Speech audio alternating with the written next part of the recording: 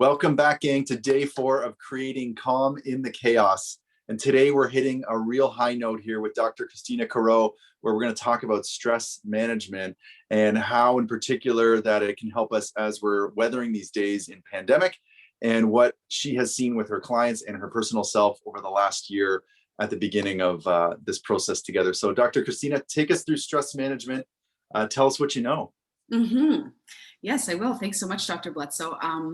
I was just actually saying before we started recording that this is a topic that really, I spend a lot of time on this topic. I've developed a full 5-week program about this topic in particular. So it really is, it's near and dear to my heart, both personally, but it's also something that I speak to a lot because I feel like, if we're not managing our stress has the ability to manage our lives. And we've talked about that in both mindset as well as mindfulness, just with regards to the way that the mind is physiologically, the way that the mind works, and that we're not always aware of the stress level until the load is too heavy, right? And we're essentially breaking down. Right. So I think when I think about stress management, I think really I like talking about this idea of building resilience, right? That's the skill set that we're looking to grow when we're dealing with stress, is resilience. And resilience, the definition, which I want to share with you, is the capacity to recover from difficult life events. It's your ability to withstand adversity and bounce back and grow despite life's downturns. So it's a personal attribute. It's a skill, just like any other skill that we can grow, right? If we focus on it, just like playing. I was going to say, can you learn? And you can learn skills, right? You can learn skills, exactly. So, and the idea behind this isn't waiting until the load is too heavy and we feel like our stress is at a 10 out of 10 and we're at that breaking point and we're overwhelmed. The idea is that if we grow resilience, then we're less likely to get to the 10 out of 10. We're less likely to suffer from, like the taxation of lower energy levels, or the cost of our joy or our inner peace or our sleep, or all of these different things, because we know stress is far reaching, right? When stress levels are too high for too long, they have the ability to impact us negatively in all kinds of ways. And so that's why I think that this is such an important topic for so many of us. Right, absolutely. Well, that's so cool. Take us through a little bit more of the obstacles. So we got stress management. It's a big animal. It's a very big topic on a whole. Mm-hmm. But maybe you want to sort of talk to us a bit about the obstacles so we can work on how to overcome them. Yeah. And again, I think the obstacles are obstacles that we've touched on already, right? Where we're just not always aware. We've got that 10 out of 10, you talked last session about, your energy levels from 0 to 10 to help kind of guide you in terms of what movement you would select.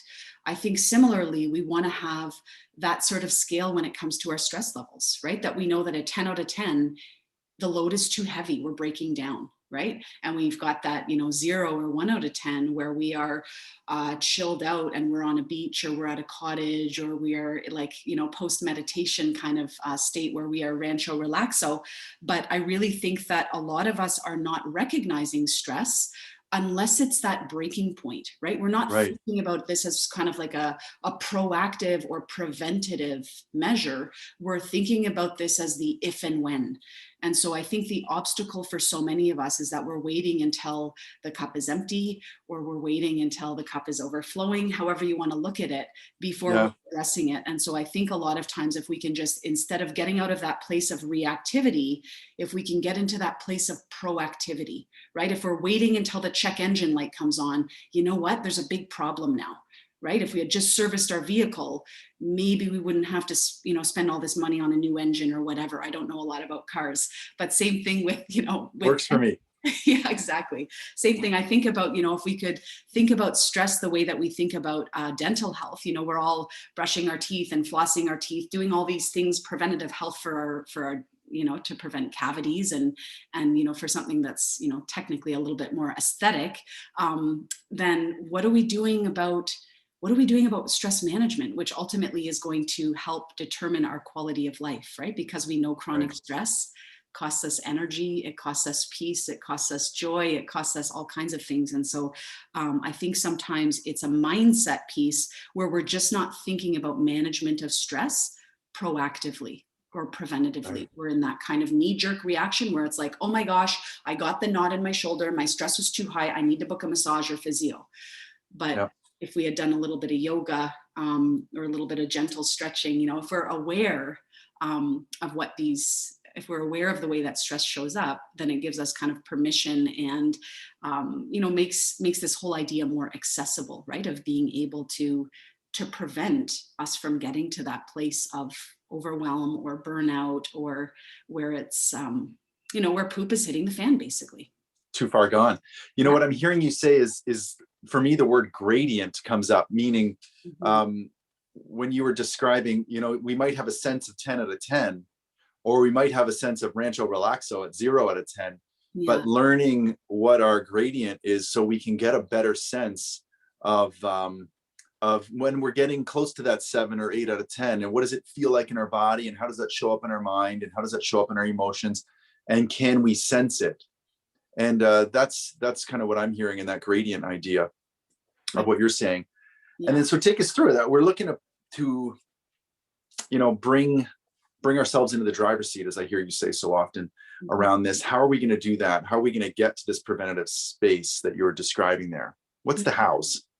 Yeah, so the hows, I think, are, again, we've touched on them before, but I think the how number one is awareness around this idea, right? Not our scale as it compares to someone else, not our Right. scale as it compares to us a decade ago or a year ago or a month ago, but just our scale where we measure how we're feeling against ourselves, right? So we've Right. got whether your scale is 0 to 10 or 0 to 5, you've got a number that you're able to assess, where am I at on that spectrum? How am I, that gradient that you're talking about, right? Yeah. Where are my stress levels hanging out?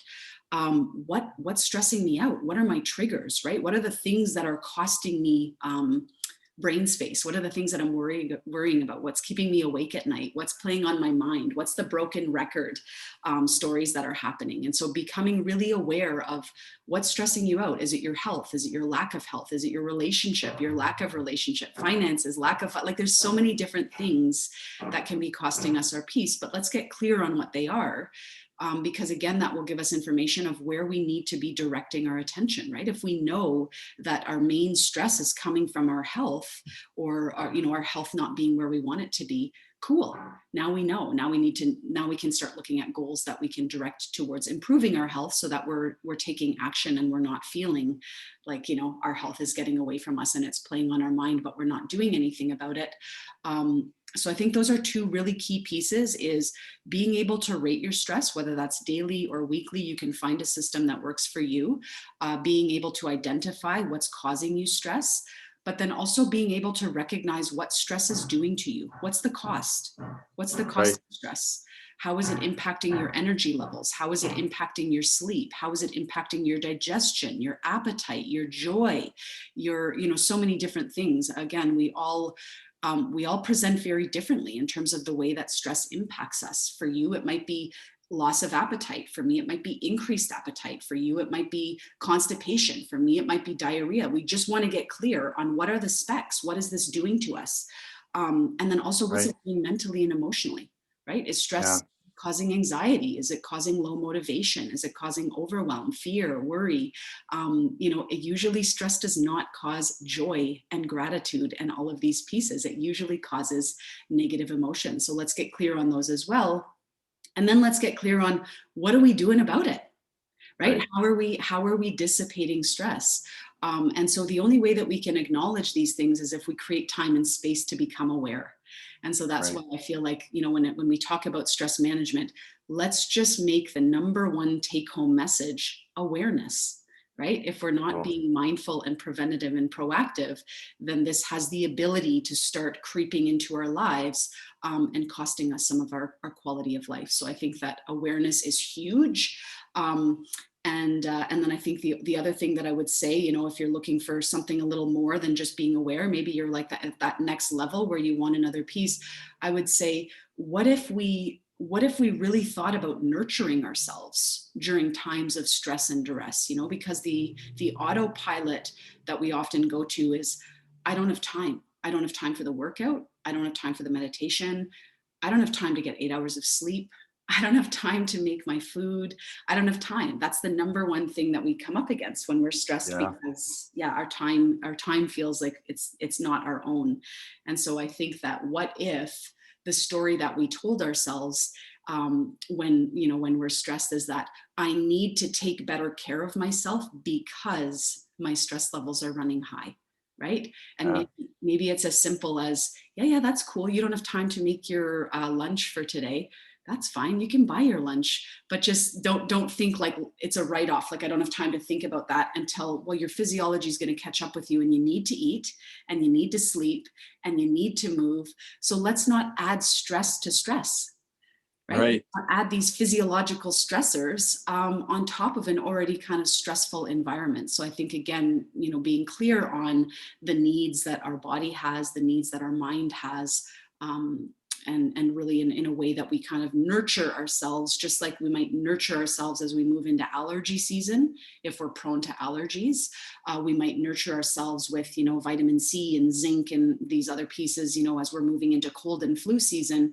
Let's think about, how are we going to nurture ourselves through a pandemic? How are we going to take better care of ourselves at stressful times of year? Be it, again, our lives are all different in terms of when are we Right. busiest.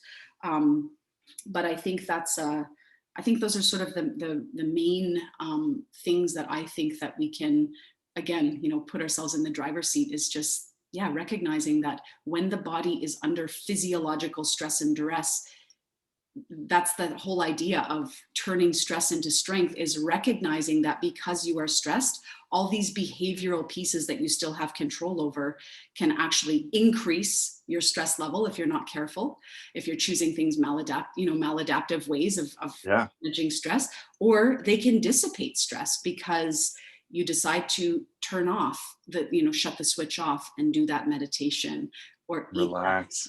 Yeah, Yeah. relax, exactly. So You know what I loved in there was an old metaphor that they used to say was everybody is different in that some folks love jumping out of an airplane and other folks don't love jumping out of an airplane. So, like you said, what's stressful to you might not be stressful to me. And mhm, then that idea of nurturing ourselves, the thought that came to mind was like caring for that inner 5-year-old, right? As a capable, strong adult, we often don't see ourselves as vulnerable or in need of gentle care. But within all of us is that little 5-year-old who needs someone to hold their hand occasionally and sit them on the couch and yes, relax them for a moment. absolutely, Oh, absolutely. thank you. Yeah. Dr. Christina, that was awesome, getting our mind bent around stress and stress management during this challenging time. We're going to see you all back soon in a couple days with our purpose discussion, as well as on April 2nd, we're going to be meeting at 4 o'clock, and we're going to have an online live Q&A meet and greet. I want to hear from you, and we're going to do a meditation to close that out after this 6-week session of creating calm in the chaos. Thanks so much for being here. Awesome. Thanks so much. See you soon.